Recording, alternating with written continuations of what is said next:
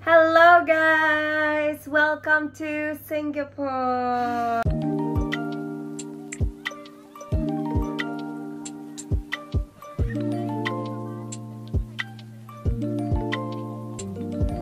So, ayun na nga. So, nandito na kami ni Ada sa Singapore, finally. And, she's gonna tell her story about her immigration experience in the Philippines. Tada! Magkaya mo na. Hi! So, parang pagod na pagod ka, besh. siyempre galing tayo sa flight. Alam mo naman galing tayo ng office. Tapos diretso tayo ng airport. Dahil ambisyoso tayo. Gusto natin mag-travel. So, ayun. From work, 3 PM ako nag-out. Then, 2:30. Then, diretso na ako ng Lapit ako, di ba? airport. So, ayun. Kaya pagod na pagod tayo ngayon. Yun, so ako, galing ako ng Abu Dhabi. I came from Abu Dhabi directly here in Singapore. It was an 8-hour flight. Si Ade, galing siya ng Manila. So, galing pa siya ng work. Ako din, galing din ako ng work. Dito na kami dumiretso pareho. So, yun. She's gonna tell us her story about the immigration in the Philippines. So, alam nyo naman guys na ang daming issue ngayon sa Philippine immigration. And yung mga requirements, mga documents na hinihingi nila. So, ano nga ba talaga yung totoong nangyayari? Ano yung mga hinihingi nila? Ano ba talaga yung mga kailangan mong documents na i-prepare? So, yun. Ano ba yung mga documents na pinrepare mo muna, Besh? Actually, wait lang. So, first time mo ba to? Hindi mo to first time, di ba? no. It's my third time traveling outside the country. So, yung mga requirements na prepare ko, like, I think, Wednesday ngayon. So, Sunday, actually, di Sunday, Monday ko siya print lahat. Kasi, print ko lahat, normal, it's just the ticket, the round-trip ticket, then the hotel booking, here in Singapore, and, Return. the return ticket. Okay. Ganun mo. Okay, number 1 is the round-trip ticket. Then, the second one is the hotel booking. Then, the third one, actually, I have the travel insurance. So, I enrolled myself dun sa standard insurance through GCash. So, hindi to sponsored. Yeah. Because, syempre, hindi naman, in case lang may mangyari sa akin, di ba? Yes. So, at least, insured ka. Yes. So, travel insurance, guys. So, through GCash yun? Yeah, GCash. So, murang-mura lang siya. So, kung nakaka-avail tayo ng ticket, round-trip ticket, more than 15K, 8K, 9K, how about, di ba? Ano naman kung kumuha ka ng travel insurance? So, malaking bagay yun. So, hindi mo naman sinasabing may mangyaring masama sa'yo, di ba? So, in case lang. So, try nyo sa GCash. So, G-Insure yung tawag, tapos follow the steps lang. So, this is not sponsored. Ay, maganda yun. Yeah, importante yun. So, print ko yun. Then, pangapat is, nag-request ako ng COE. So, payslip ko, print ko din. Tapos, 3 months or 6 months? Actually, it's 1 month lang eh. Okay. 1 month lang print ko. Then, meron naman akong parang online banking. So, if ever natanungin ako kung bank statement. Yeah, bank statement. How many months yun? Actually, it depends sa'yo eh. Kung 3 months or pwede ka mag-request sa bank nyo kung bibigyan kayo ng bank cert. So, online lang yung pinrepare mo? Yeah, online sa bank. Okay. Online sa bank. Then, ano pa ba yung prepare ko? Leave form. Yeah, importante yan. And COE. So, yung leave form na yun, it's a document stating how long are you gonna be away. Yes, actually, syempre, in-indicate ko doon how many days, kung ako mawawala sa office, kung kailan ako babalik, then, approve ng line manager. So, importante yon. In case lang, baka hanapin. So, para makita ng immigration na babalik ka and nagwo-work ka dito. Yes, diba? Ayun, ang ganda nun. So, okay. Perfect. Yun lang yung mga prepare ko ng mga importanteng mga documents. So, the rest, okay, ito pa, additional. Gumawa din ako ng itinerary, but, hindi naman siya, super detailed. High level lang siya. Kumbaga, kung ano lang yung mga key place, yung locations na pupuntahan dito. Kasi, lahat to is DIY lang. Hindi kami, like, nag-book ng something na activities, di ba? So, ano lang, go with the flow lang. So, at least hawak mo yung oras mo, hindi ka nagmamadali. Oo, but it's just good to show them that you have itinerary. No? Baka kasi tanungin ka, ano gagawin mo, saan ka pupunta sa Singapore? Diba? Oo. Tapos Merlion lang yung alam mo. Tapos, saan pa ako pupunta? So, Merlion po. Okay, so, nung pumunta ka ng airport, ano nangyari? So, ano nangyari dun sa immigration officer nung papunta ka na? Okay, so, ang haba ng pila sa immigration actually kasi, ano yun eh, hapon yun eh. Then, syempre yung counter ng mga immigration officers natin, ang konti lang. So, anong tip mo?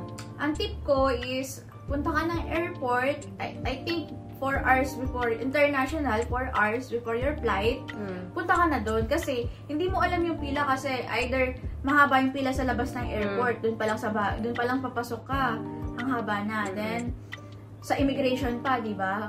Kung halimbawa, may mga luggage ka na i-check-in, pila din yon. Tapos, pila doon sa travel tax. Pero yung travel tax, you can, parang pay in advance sa online. So, pwede okay. So, for less hassle, less line, ganon. Yeah, so, okay. pwede naman yun. So, yun lang ang tips ko. Tapos, siguro dapat mag-search na kayo yung process, no? Kasi talagang, pagdating mo sa airport, talagang para kang tingin dito, tingin dyan. Tapos, lalo pag mag-isa ka lang. So, ako kasi mag-isang pumunta dito, like from Philippines, ako lang, first time ko mag-travel ng mag-isa sa isang yung parang may ginimit lang ako sa isang lugar. So, first time ko. Dati kasi may mga kasama ako. So, ngayon first time. So, parang kinakabahan pa rin ako kahit hindi ko naman first time na lumabas. So, ayun na. Yung mga tips ko, naagahan lang talaga. Kasi, considering the traffic. So, nandun ka na sa immigration. Di ba sabi mo nag-video ka? Okay, and then? Nag-video ako, pero parang, kasi di ba, parang, ako lang, parang mag-update lang sana ako sa family, di ba? Sa mga natin sa buhay, kung nasan na ako. So, parang, pag nataon ka, masisita ka talaga. So, hindi na masita na, parang sasabihin lang sa'yo na, bawal phone, ganyan. So, in a nicest way naman, parang hindi naman nice. So, okay. So, nung nasa immigration ka na, ano yung mga tinanong sa'yo and how was it? So far, actually, nag-expect ako na napakaraming tanong, no? Nag-practice pa ako, parang ilang araw ako nag-practice kasi kahit alam mo na yung sasabihin mo minsan, di ba, pag andun ka na, parang nakakakaba. Kasi baka hindi mo alam. Lalo ang dami ngayong offload. Oo. Di ba? So, malay mo, di ba, makalimutan mo saan ka mag-i-stay. May iba yung masabi mong hotel, di ba? Namamali ka. So, ang tinanong sa akin, actually, isang tanong lang. Kailan ka babalik? Actually, pagkabigay ko ng passport ko, chinek lang. Then, sarado. Kailan ka babalik? Sa May 15 po. Tapos, okay, tingin sa camera. Okay. So, ano ako, parang, yun na yun? Parang, sayang naman yung practice ko. Tsaka sayang yung print. Sayang yung print ng mga documents. Pero, di ba, iba na pag ready kasi mali mo nataon ka sa officer na medyo, mahigpit, sobrang daming requirements. So, ayun lang. Kasi pinapasok na ako sa sabi ko, parang sayang naman yung practice ko, di ba? Pero, thank you Lord kasi yun lang ang tinanong. So, ibig sabihin, oo, so hindi ka na pinahirapan. Hindi na ako pinahirapan. Kasi I think you have a good history. May good history ka na bumabalik ka on time sa Philippines, tapos hindi ka nag-overstay. Importante yun. Wala kang violations na nilabag. Yes, correct. So, maybe that's why. So, that's another thing then. Kasi, as far as I know, immigration officers, have your history on their system as soon as they enter your passport details. So, they can see the countries that you've been to. And yun nga, parang yung mga questions na tinatanong nila sa inyo is to cross-check na lang. And they're just checking you. So, yun. Since na alam naman nila yung, nakita rin siguro nila yung history mo, kaya ganun. Pero yung the person beside you, right? May, Kasi, nakakakaba. Kasi, habang nakapila ka, parang, nakikinig ka dun sa mga nakikimarites ka. Nakikimarites ka. Pero, di ba, nandun ka na sa pila, pero yung tenga mo, parang gumaganon Kasi, tapos kinakabahan ka din. Oo, kasi parang, parang, kahit prepared ka, pag once na blanco yung utak mo, mawawala ka talaga. So, may mga naririnig ako na talagang ang daming, parang, natapos na yung mga kasabay niya, pero siya nandun pa rin. Kasi parang paikot-ikot lang yung tanong. Parang, ganun na, yung tanong parang iniiba lang yung the way na itanong. Pero, yun pa rin yung tanong. Parang, hahanapan siya ng birth certificate. Siguro may mga relatives siya na pupuntahan dito. So, check pa yan yung birth certificate mo, kaano-ano mo yung nandito. So, patingin ng birth certificate, di ba? Kung Proof of relation. Yeah, proof of relation. So, parang, check talaga kung mamaya hindi ka na umuwi kasi may mga kamag-anak ka dito, di ba? Pwede kasi yun eh. So, talagang, ano sila mahigpit. So, patingin na birth certificate mo, ang daming extra documents. So, parang siya, syempre, mali mo, hindi niya dala yung birth certificate niya, mamaya, hinihingi niya pa through online, di ba, sa mother niya, o kaya kung sino mang sa group chat. So, ang tagal. So, buti na lang, mabait naman yung immigration officer, parang pinagbigyan naman. So, matagal na lang. Pero nakaka-pressure yun sa kanya, in fairness, kasi, imagine mo pag natapat ka dun sa masungit na wala kang mapakitang documents. So, paano yan? Kaya kailangan ready yung mga documents mo. So, you expect it if you have a relative that you're gonna visit, make sure that you have proof of relation, na maipaprove mo sa immigration officers na yun nga, na magkamag-anak kayo, and yung means na babalik ka ng country. So, yun ang mga kailangan. Tsaka either kasi na, kaya ganun, baka may relatives ka dito na nag-tourist, tapos hindi na din bumalik. Yes. Diba? Baka... Yeah, kasi pattern siya. Kasi pattern na siya. Ayun. So, yun yung mga kailangan yung i-avoid, guys. So, kung alam nyo may ganun ng mga history, kailangan you need to bring a much stronger evidence or documentation para ma-proof na babalik ka at hindi ka magti-TNT wherever, na hindi ka nababalik. Mga ganun siguro, no? Yeah. Oo. Kasi 30 days lang naman yung pwede nating parang days na pwede tayo mag-stay dito. Singapore. Yes. In Singapore. Okay. Then, Besh, may nakalimutan ako. Additional requirements pala yung SG arrival. Yeah. So, SG arrival card, guys. I-fill up nyo na yun, 3 days prior yung travel date nyo. So, yung link, search nyo lang parang SG arrival card form. So, meron doon naman lalabas, unang-una yun. Then, pwede kang mag-fill up individually or pwedeng group. So, kung marami kayo, piliin nyo na yung group kasi para isang tao nyo na mag-fill up. At saka mas mabilis siya kasi pagdating mo, diretso ka na sa e-gate. Yes. E-gate na lang. So, pero kung hindi mo pa ginawa yun, parang meron dun sa, bago ka pumunta ng e-gate, may nakalagay na, did you already submit your SG arrival card form? So, pag hindi, fill up mo muna. So, tatagal ka din. So, in advance, di ba? Prepare yun na rin yung yes. So, yun. Yun yung mga kailangan nyo i-prepare, guys. Yung SG arrival card to avoid delays in your flight and inconvenience. So, yun lang naman. We believe na medyo okay naman sa Philippine immigration, no, Besh? Like, as long as you have complete documents and you're following the protocols, I believe walang issue na mangyayari. It's just that, yun nga, there are just some circumstances na we cannot avoid. And I think right now, you should voice out everything. Like, kung may mangyari man, you can connect immediately to the right department, sa mga tamang tao, para at least nare-raise, diba? Ang dami nang nare-raise ngayon. So, I think talagang they're listening naman and they're taking actions. Like yan, hindi ka na nahirapan, diba? Wala nang tinanong sa'yo.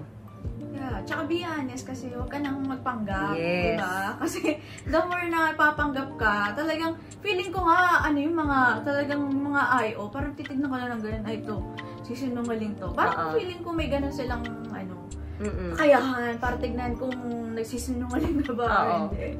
So, alam na nila. So, yun guys, ang mga tips namin. And we're so happy kasi nandito na kami sa Singapore. And also, kinabahan pa nga kami kasi last minute yung ticket ni Ada for return. So, baka kasi questionin din siya ng immigration.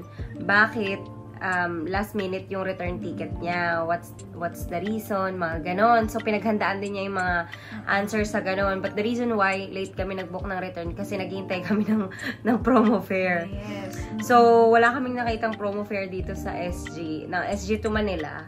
So, nakakita kami ng mas mura ng Kuala Lumpur to Manila. So, instead of us departing from here, so magki-KL na lang muna kami. We'll go to Malaysia for like 2 days, and then doon kami manggagaling.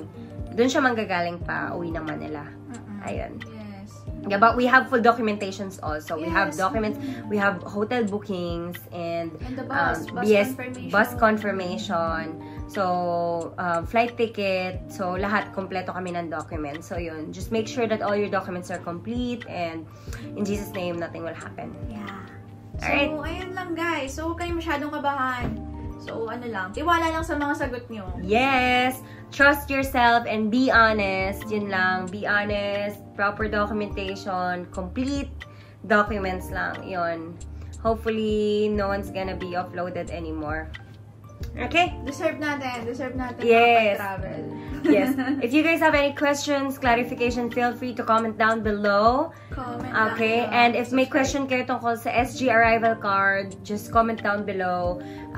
So, SG Arrival Card, and then the GCash insurance also, travel insurance, comment down below. We're gonna put down the link also. We're Yeah. gonna put down the link in the description. So, yeah. Thank you so much for watching, Thank you so guys. much. Welcome to Singapore. Hope it helps, guys. Yes. Bye-bye. Bye!